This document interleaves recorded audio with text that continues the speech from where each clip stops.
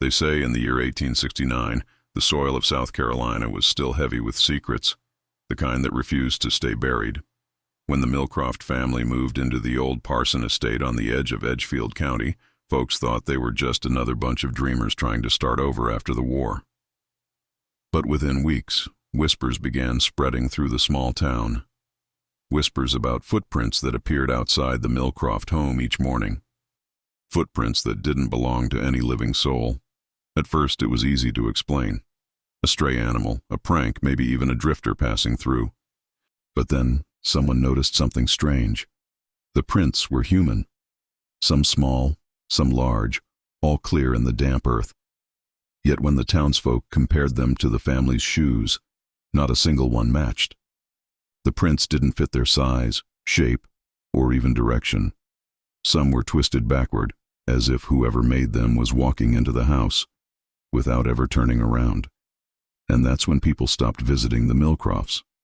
Because at night, when the moonlight touched that old plantation yard, you could hear the soft drag of steps circling the house, slow, uneven, patient. Like something that wasn't quite human was still trying to remember how to walk. Would you like me to continue with the full story next, following these 8 turning points in the same dark documentary-style narration? In 1869, South Carolina was still caught between the ruins of its past and the uneasy promise of rebuilding. The land bore scars of war, blackened fields, abandoned estates, and silence that hung too heavy to be peaceful. It was during this uneasy calm that the Millcroft family arrived, a modest group of 5. Thomas Millcroft, his wife Eleanor, their 2 young children, and Thomas's aging mother. They came from Georgia, carrying little more than a wagon of belongings and a desperate hope to start anew. Their journey ended at the edge of Edgefield County, where an old plantation house stood waiting, the Parson estate, a grand but broken structure that had survived both fire and war, though barely. The locals called it cursed, though no one dared say exactly why. Its previous owners had left abruptly years before, and the windows now stared out over the fields like hollow eyes. Thomas saw only opportunity where others saw ruin. To him, the sprawling land and empty rooms meant freedom, a place where he could rebuild his family's life after years of poverty. He ignored the warnings of the townsfolk who muttered that some houses remember too much. When they arrived, the sun had already begun to sink, painting the house in shades of red and gold, yet something in the light felt wrong, too still, as if the air was holding its breath. The trees around the property leaned inward, their twisted branches curling toward the roof like fingers trying to pull something back into the earth. Eleanor, uneasy but loyal, smiled for her husband's sake, though she would later say she felt watched the moment she stepped off the wagon. The first night was quiet except for the wind sliding through the cracks in the shutters. The children, Clara and Matthew, slept close together, their candle flickering in the dark hallway. The house creaked and sighed, its old bones settling. But underneath that familiar sound was something slower, almost rhythmic, a faint tap on the floorboards, as though someone else was moving through the halls. Thomas dismissed it as the house shifting.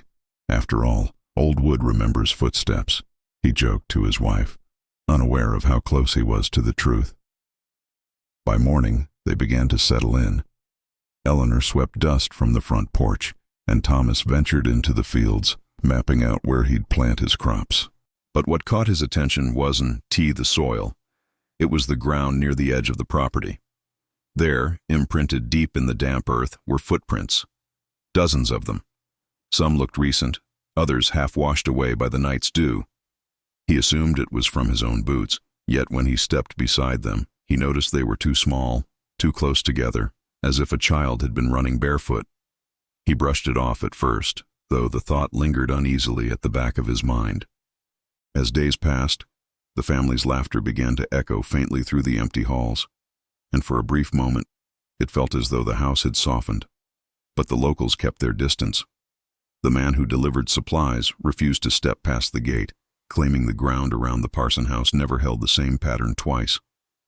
One morning it was soft as mud, the next dry and cracked, with footprints that seemed to appear and vanish overnight. When Thomas asked about it in town, the blacksmith just shook his head and said, "Some land ain't meant for the living to walk on." Still, the Millcrofts stayed. Each evening, Thomas would sit by the front porch and watch the mist rise over the fields, unaware that beneath that white veil, the ground shifted ever so slightly, like something beneath the soil was moving. The family had come seeking peace, but in choosing the Parson estate, they had unknowingly awakened something that had long been waiting for someone to return. The air around the house grew colder each night, the silence deeper, and though they didn't know it yet, the Millcrofts' arrival was not a beginning. It was an invitation. At first, the townsfolk didn't think much of the Millcrofts beyond the usual curiosity reserved for newcomers. They were polite enough, quiet, and carried themselves with that kind of cautious hope people wore after hardship. But before long, curiosity turned to discomfort. A few farmhands who passed by the old Parson estate late in the evenings began talking about the strange shapes in the dirt near the fence line. They claimed that after the rains, when the ground softened and the fog rolled in, footprints could be seen circling the Millcroft property. Not animal tracks, not wagon prints, but clear, deliberate impressions of human feet. No one thought much of it until someone noticed the peculiar thing about those tracks. None of them matched the boots or shoes of anyone living in the house. The first to mention it aloud was an old woman who sold eggs near the town square. She said she'd seen the family walking to church one Sunday and noticed their footwear. Thomas wore large, heavy work boots. Eleanor wore scuffed brown heels. The boy had sturdy black shoes, and the girl, light slippers tied with ribbon. But the footprints that appeared outside their home told another story entirely. Some were larger, wider, as if belonging to a man taller than Thomas.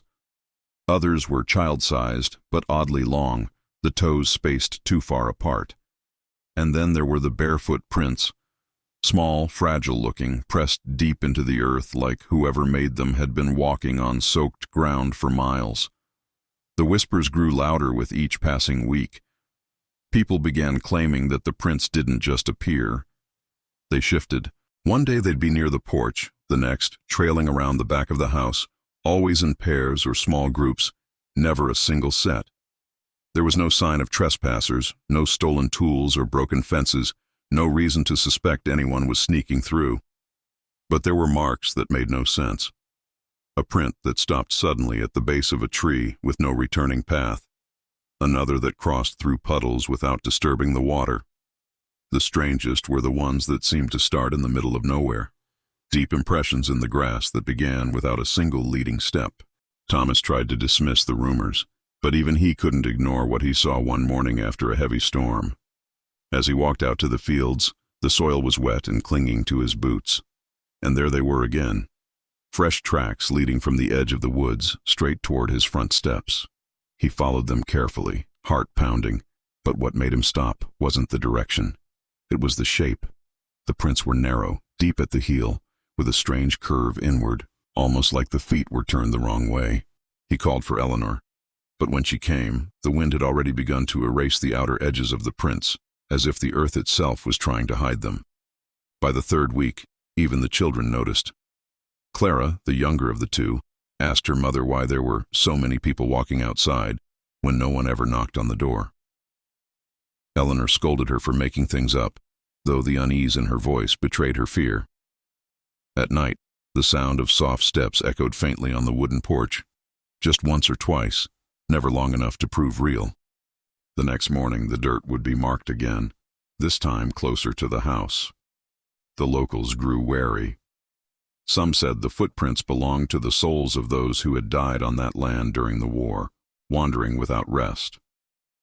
Others whispered darker things, that the ground itself was remembering the ones it had taken, and that each new step the Millcrofts made awoke an older one beneath it. No one wanted to go near anymore. Deliveries were left by the gate, letters went unanswered, and the old plantation grew quieter with every passing day. Yet the prints did not stop. They multiplied, weaving strange patterns through the garden and across the fields. Every morning they were there, waiting, as though something unseen was circling the family, watching them, learning their paths, and leaving behind a silent message the Millcrofts couldn't yet understand. It was Clara who first spoke of them, her voice trembling not with fear, but with a strange kind of confusion that only a child could have. She had been playing near the orchard one gray afternoon, her small hands gathering fallen apples when she noticed something moving between the trees. The branches swayed lightly, though there was no wind, and through the gaps she caught glimpses of figures, pale and slow, drifting between the rows of rotting fruit. When her mother called her back to the house, she didn't answer right away. She stood still, staring, because what unsettled her wasn't just that the figures were there, it was the way they walked. Their feet seemed to point the wrong way, their steps quiet but twisted, as if they were moving forward and backward at the same time. Later that night, when the family gathered around the fire, Clara asked the question that would freeze the room. "Mama, why do the people in the orchard walk wrong?" Eleanor tried to laugh it off, assuming Clara had seen shadows or been frightened by the sway of trees. But the way her daughter described them made it difficult to ignore. She said they looked like people, not ghosts or animals, but their movements were crooked, almost broken, as if something about their bodies didn't remember how to be human. Their feet were turned around, yet they walked as though it didn't bother them. Their arms hung loosely by their sides, and when the wind shifted, she could hear the faint sound of feet dragging through the wet soil. Thomas dismissed it as childish imagination. He told Clara there were no people in the orchard, that the land was theirs now and nothing could hurt them. But deep down, even he couldn't shake the image of those mismatched footprints that kept appearing near the same trees where she claimed to see them. Over the next few nights, Clara began to wake in the dark hours before dawn, claiming she heard someone calling her name from outside her window. The voice was faint, drawn out, and it always came in threes. When Thomas checked, he found nothing but mist rolling through the fields and the faint impression of steps leading toward the orchard. The prints were narrow and long, pressed deep into the dirt as though someone had been standing there for a long time, watching. He tried to convince himself it was just his own imagination feeding off his daughter's stories, but the unease in the house began to grow. Even the air felt different, thicker, colder, carrying the scent of damp earth and something faintly metallic, like blood left too long in the open. Eleanor started keeping the children inside after dusk, drawing the curtains tight, though she couldn't say why. Every time Clara passed by a window, she would glance toward the orchard as if expecting someone to wave back. One evening, Eleanor found her standing near the back door, staring into the growing dark, whispering softly. When she asked what she was doing, Clara simply said, "They're trying to turn around." The words didn't make sense at first, but the tone of her voice, the calm, matter-of-fact way she said it, made Eleanor's stomach twist. The orchard itself began to change. The grass never stayed dry, no matter how hot the days were, and the soil there always seemed freshly disturbed. Thomas considered cutting down the trees, but something about them made him hesitate. Whenever he stepped too close, his head would spin slightly, like the ground beneath him wasn't steady. The neighbors had stopped visiting entirely by then. Even the mail carrier refused to deliver letters, claiming his horse refused to go past the second fence. The Millcrofts were alone now, surrounded by whispers and shadows, by prints that never matched their shoes, and by a child who claimed to see the things everyone else pretended not to believe in. Clara began to avoid the orchard, but every so often she would look toward it with wide, unblinking eyes, as though something was still waiting there for her. One night she asked her father if people could forget how to walk the right way. When he asked what she meant, she only said that the ones she saw didn't know which direction they were supposed to go anymore. That was the last time she spoke of them directly, but from then on, the house never felt empty. Even in silence, there was the faint sound of dragging feet somewhere beyond the walls, moving slowly, endlessly, as if circling the home, trying to find their way inside. It began on a morning colder than most, when the mist hung low over the river and the light of dawn struggled to break through the trees. Eleanor was the first to wake. She had grown used to the uneasy quiet that settled over the Parson estate, the kind that made every creak of the house sound deliberate, almost alive. But that morning, the silence felt different, heavier, as though something was waiting for her to notice it. She slipped from bed and crossed the creaking floorboards, pulling her shawl tight around her shoulders. When she stepped into the hallway, her breath caught. The air smelled faintly of mud and river water, sharp and damp, like the scent that lingered after a storm. At first, she thought one of the windows had been left open, but all were latched, their glass fogged from the cold. Then she saw it, the faint trail of dark stains on the floor, leading toward the children's rooms. Her heart began to race as she followed the marks. They were shaped like footprints, small and uneven, pressed faintly into the wooden floor as if someone had walked through the house with wet, dirty feet. But the back door was locked, and Thomas was still asleep. The prints began at the main hall near the front entrance and continued down the corridor, branching off toward each bedroom. Eleanor crouched to look closer, her trembling fingers tracing the edge of one. The shape was clear, 5 toes, a heel, and the curve of an arch, but the size was wrong. It was too small to belong to Thomas or Matthew, too large to belong to Clara, and stranger still, the prints weren't pointed forward. The toes faced backward, as if the person who left them had been walking away from the bedrooms instead of toward them. She called out softly for Thomas, but the sound of her voice felt swallowed by the house. When he came, she showed him the marks, expecting him to tell her it was nothing, that there was some rational reason for it. But he didn't speak.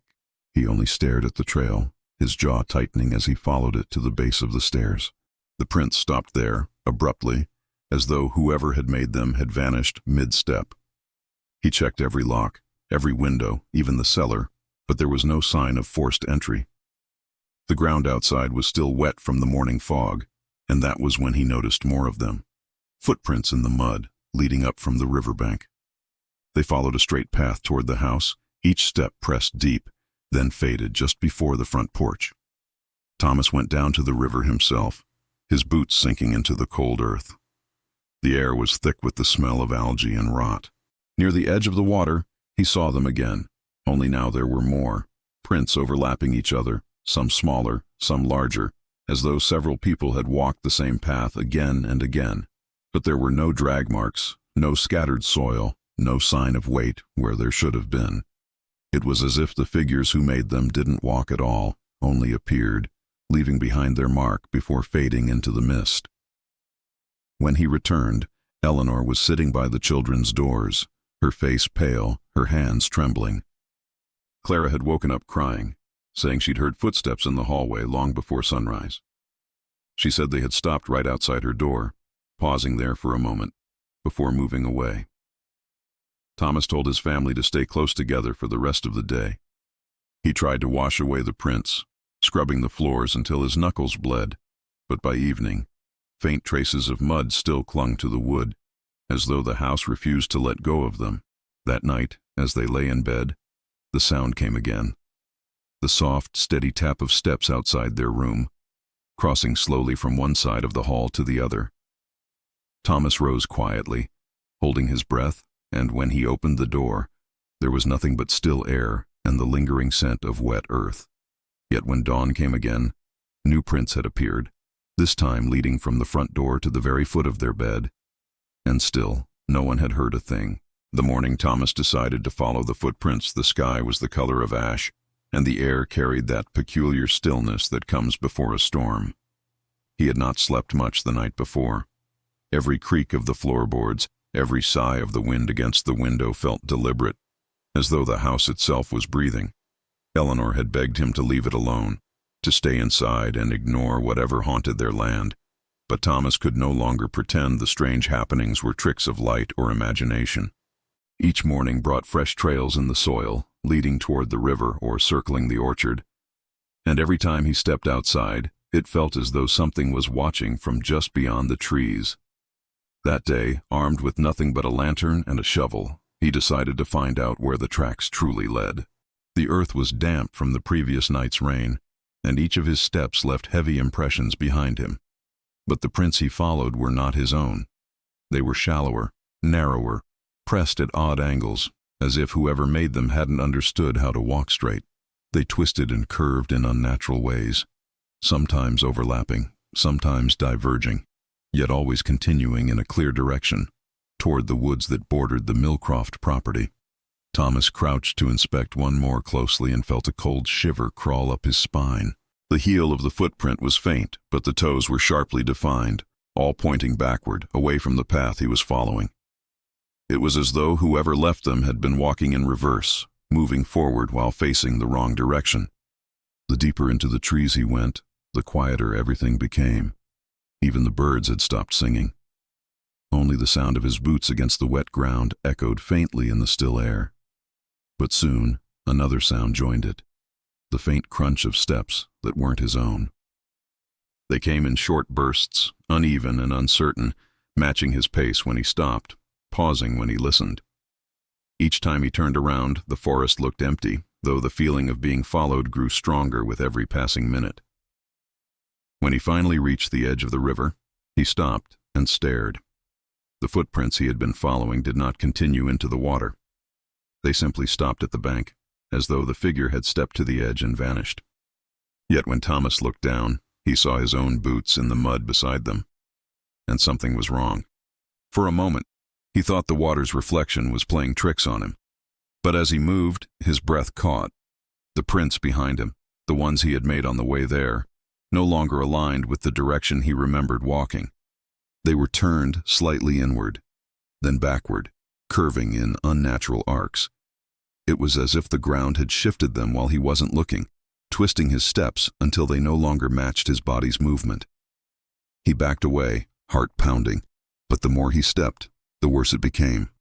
Each new footprint he made landed out of rhythm, skewed slightly to one side. When he looked down, it felt as if his legs were betraying him, his steps bending without his consent. Panic surged in his chest, and he turned back toward the house, forcing himself to run even as the ground seemed to drag at his feet. By the time he reached the field, his clothes were soaked with sweat and mud. Eleanor met him at the porch, terrified by the look on his face. He didn't speak at first, only stared down at the earth around him. His own prints trailed behind him, warped and crooked, like a drunkard's path. When he tried to show her, he noticed something else. Where his steps overlapped with the older ones, the dirt seemed to sink deeper, as though the earth recognized the pattern and swallowed it a little more each time. From that day forward, Thomas avoided looking at the ground for too long. The feeling of his own body began to change. Sometimes, as he walked across the wooden floors, he'd feel his right foot turn just slightly inward on its own, or hear the faint echo of a step that didn't belong to him following a half-beat behind. Whatever was out there by the river, whatever had made those footprints, had started to make its mark on him too. The decision to call the preacher came after weeks of unrest, when the air inside the Millcroft house had grown so heavy that every breath felt borrowed. Eleanor had begun to whisper prayers under her breath while sweeping the halls, her lips trembling with words she no longer believed would help. The children barely slept, startled by the sound of pacing footsteps in the ceiling above their rooms. Even Thomas, who once dismissed it all as superstition, had started waking in the middle of the night, drenched in cold sweat, convinced that someone, or something, was standing just outside their door. When he finally confessed that he could no longer tell if the steps he heard were his own or something echoing them, Eleanor insisted they seek the church's help. The townspeople had already stopped visiting, but word of the Millcroft's troubles had spread quietly through whispers and passing glances. So when the preacher arrived, a stern man named Reverend Harlan, he came with both conviction and fear, clutching a small Bible and a vial of anointing oil as if they could protect him from the land itself. He arrived one late afternoon, the sun hanging low and red, throwing long shadows across the yard. From the moment his horse neared the Parson estate, it grew restless, tossing its head and snorting, refusing to step past the gate. Reverend Harlan dismounted reluctantly, patting the animal's neck to calm it, but the horse's eyes rolled white, nostrils flaring at something unseen. He glanced toward the house and saw Thomas waiting on the porch, his face pale and drawn, looking years older than he should have. As the preacher stepped forward, he noticed the ground beneath his boots felt strange, soft, uneven, as if breathing faintly beneath the surface. He ignored it and crossed himself, though the gesture felt hollow against the chill that crept up his spine. Inside, the house smelled of damp wood and river soil, faintly metallic, as if rust and rot had blended into the very walls. Eleanor greeted him with a forced smile, clutching Clara close while Matthew hid behind her skirts. The Reverend began his blessings, moving room to room, his voice low and steady, reciting passages of protection and cleansing. But the further he went, the colder the air became. His candle flame quivered violently in the still air, sputtering each time he passed a window. By the time he reached the upstairs hall, his hands were trembling. He claimed later that he felt something moving just beyond his vision, a weight pressing against him from the corners of the room, like unseen eyes following every word he spoke. When he sprinkled the oil over the floorboards, it seemed to hiss faintly as it hit the wood. Thomas walked beside him in silence, clutching the lantern tighter each time a shadow shifted across the wall. Near the end of the ritual, they heard it, the sound of footsteps above them, slow and deliberate, pacing the attic floor. The Reverend froze mid-sentence. Thomas called out, expecting no reply, but the steps didn't stop. They circled once, twice, then paused directly overhead. The preacher lifted his Bible and began to shout the final prayer, his voice shaking as he demanded whatever lingered there to depart. Then, just as suddenly as it began, the noise stopped. For a moment, all was still again. When the ritual was done, Reverend Harlan stepped outside, visibly shaken. The horse, still tied near the gate, refused to move, its hooves scraping the dirt as it backed away. He tried to calm it, but when he placed his hand on its neck, the animal jolted violently, tearing free and galloping off down the road. 3 days later, word reached the Millcrofts that the horse had been found dead near the edge of town, its body stiff and eyes wide open, its hooves caked with mud that smelled faintly of river water. After that, the Reverend refused to return. He sent word that some places were beyond blessing, that there were forces in that house which did not fear God's name. The Millcrofts never mentioned his visit again, but from that night onward, the sounds in the house changed. The pacing steps grew heavier, louder, more confident, as if whatever haunted the Parson estate had grown stronger from the preacher's attempt to drive it out, amused that someone dared to challenge it. After the preacher's visit, the house did not return to silence. It seemed instead to awaken fully, as if the prayers had stirred something long dormant within its walls. At first, the Millcrofts told themselves it was imagination born of exhaustion, but denial became impossible when the noises began to come every night, at the same hour. It always started softly, an isolated creak, a distant shuffle, the faint brush of something against the floorboards. Then the sound would grow clearer, unmistakable footsteps pacing back and forth across the upper hall, their rhythm measured and deliberate, like someone walking a familiar path they had walked 1,000 times before. The family tried to convince themselves it was the house settling or the wind sneaking through cracks in the roof, but deep down, they all knew the truth. Those steps had weight. They weren't echoes or tricks of sound. They belonged to something that moved with purpose. Thomas began staying awake late into the night, a lamp burning beside him, listening to the slow steps above their room. Sometimes he would hear them stop directly overhead, pause for several seconds, then resume in the opposite direction. Once, unable to bear it, he climbed the narrow attic stairs with a lantern in hand. The space was empty, only dust, broken furniture, and the faint scent of damp wood. Yet when he turned to leave, he swore he heard footsteps again, this time behind him, soft and close enough to raise the hairs on his neck. He spun around, light trembling in his hand, but the sound had already drifted away, fading into the boards beneath his feet. When he came down, his face was pale, and he told Eleanor not to ask what he'd seen. The children were the next to notice the noises. Matthew complained that someone kept whispering under his bed, while Clara said she heard footsteps on the ceiling above her room. The strange part was that the sounds didn't always stay above. Sometimes they shifted, seeming to crawl down the walls, crossing from one corner of the room to another. Late one night, Eleanor woke to the sound of something heavy dragging across the floorboards in the hallway outside her door. It stopped for a long time, and when she finally gathered the courage to open the door, there was nothing there. Only the faint smell of mud and the small, wet prints of bare feet leading toward the stairs. By the end of the week, the sounds began to change tone. The pacing steps became accompanied by soft murmurs, distant but clear enough to resemble speech, though no words could be made out. Sometimes they came from below the floorboards, other times from behind the walls, as if the very house had begun to speak in a language of its own. Thomas tried to record the pattern of the noises, marking them on scraps of paper, noting the hours they came and the places they paused. But the more he studied them, the less sense they made. One night he realized the pattern wasn't random. It matched the movement of people in a house, footsteps from a dining room to a hall, from a hall to a bedroom, repeating endlessly. It was as if the sounds were reenacting the lives of someone who had lived there long before them. Eleanor began hearing tapping sounds while she cooked, slow at first, then insistent, coming from beneath the kitchen floor. When she pressed her ear to the wood, she could swear she heard faint breathing beneath her.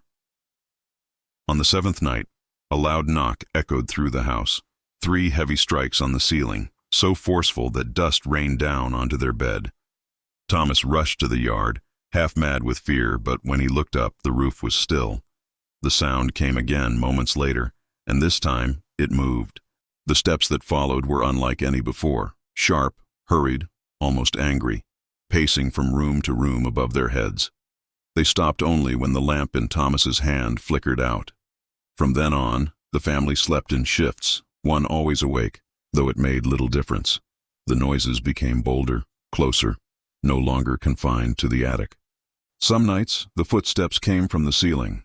Others, they came from directly beneath their feet, echoing through the floor like something crawling between the walls.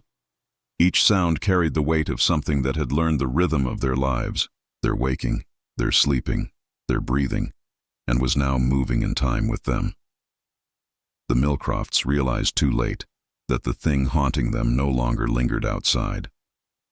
It had found its way into the house, into the wood, into the heartbeat of the place itself, pacing endlessly through the dark halls of the Parson estate, learning to walk exactly as they did. As the nights stretched into weeks, the Millcrofts' fear turned to quiet despair. The footsteps no longer obeyed the boundaries of night. They echoed in daylight too, soft and mocking, reminding the family that whatever haunted their home did not sleep when they did. Thomas's face grew hollow, his eyes dark from sleeplessness, and Eleanor's voice trembled each time she spoke, as though she were afraid that even her words might invite the thing closer. The house felt colder, the walls damp, and the air heavy with something unseen but alive. Furniture shifted slightly overnight, chairs left askew, doors opening just enough to let a sliver of darkness peek through. Even the clocks began to falter, their ticking out of rhythm as though time itself bent under the weight of what lingered there. The preacher never returned, though he had promised he would. The family's letters went unanswered, and no one from the village dared to visit anymore. Rumors had spread, of lights flickering in the Millcroft windows long after midnight, of faint singing carried on the wind from the old estate, of a child's laughter that no longer belonged to any living soul. Eleanor tried to keep the house warm, lighting fires in every room, but the flames would dim the moment she turned her back. Matthew and Clara clung to her skirt, their small faces pale and hollow. One morning, she found muddy prints across the kitchen floor again, smaller this time, almost child-sized, leading from the back door to the fireplace. When Thomas followed the trail, it ended abruptly in front of the old family portrait that hung in the dining room, the painting of the first Millcroft family that had owned the estate in 1869. What chilled him most was that the figures in the painting no longer appeared the same. Their eyes seemed darker, sharper, as though they were watching from within the canvas. Clara later swore that one of them blinked. By the 10th night, the pacing returned, louder and angrier than before, shaking dust loose from the beams. But this time, it wasn't alone. The family heard multiple sets of footsteps moving at once, circling the rooms above, the floorboards groaning under invisible weight. Then came the whispers, low-layered voices speaking from the walls, impossible to understand, but heavy with intent. The temperature dropped so suddenly that the oil lamps extinguished themselves, plunging the house into thick darkness. Eleanor clutched her children as Thomas shouted into the void, demanding to know what they wanted, but the voices only grew louder until, suddenly, all fell silent. The stillness that followed was worse than the noise. It stretched on for minutes, heavy and suffocating, until the quiet was broken by the sound of slow, deliberate footsteps descending the stairs. Each creak echoed through the house, closer and closer, until they stopped just outside the parlor where the family huddled together. The doorknob turned once, twice, then froze. In the morning, Thomas found deep scratches carved into the wooden door, as though something had tried to claw its way in. That was the moment he realized the truth. This was not just a haunting, it was an invitation. The house wasn't simply occupied by restless souls, it was absorbing them. Every sound, every whisper, every footprint was part of a pattern, a ritual. The more the family feared it, the stronger it became. The preacher's words echoed faintly in his mind. It remembers every step ever taken. Thomas finally understood. The entity was not haunting them. It was learning them, imprinting their movements, their sounds, their very lives. Soon, the house wouldn't need them at all. It would walk, breathe, and live on its own. On the final night, neighbors claimed they saw the glow of lanterns moving room to room, though no one was inside. When the sheriff visited days later, the house was empty, the beds unmade, food left on the table, and muddy footprints scattered across the floor. Some led outside, fading into the fields, but the rest looped endlessly through the rooms, circling, doubling back, as if the family never truly left. Even now, those who pass the Parson estate at night say they can still hear the faint echo of footsteps pacing inside, perfectly matching the rhythm of human feet, as though the house itself had learned to walk among the living. So if you want to know what happened next, then don't forget to like, comment, and subscribe.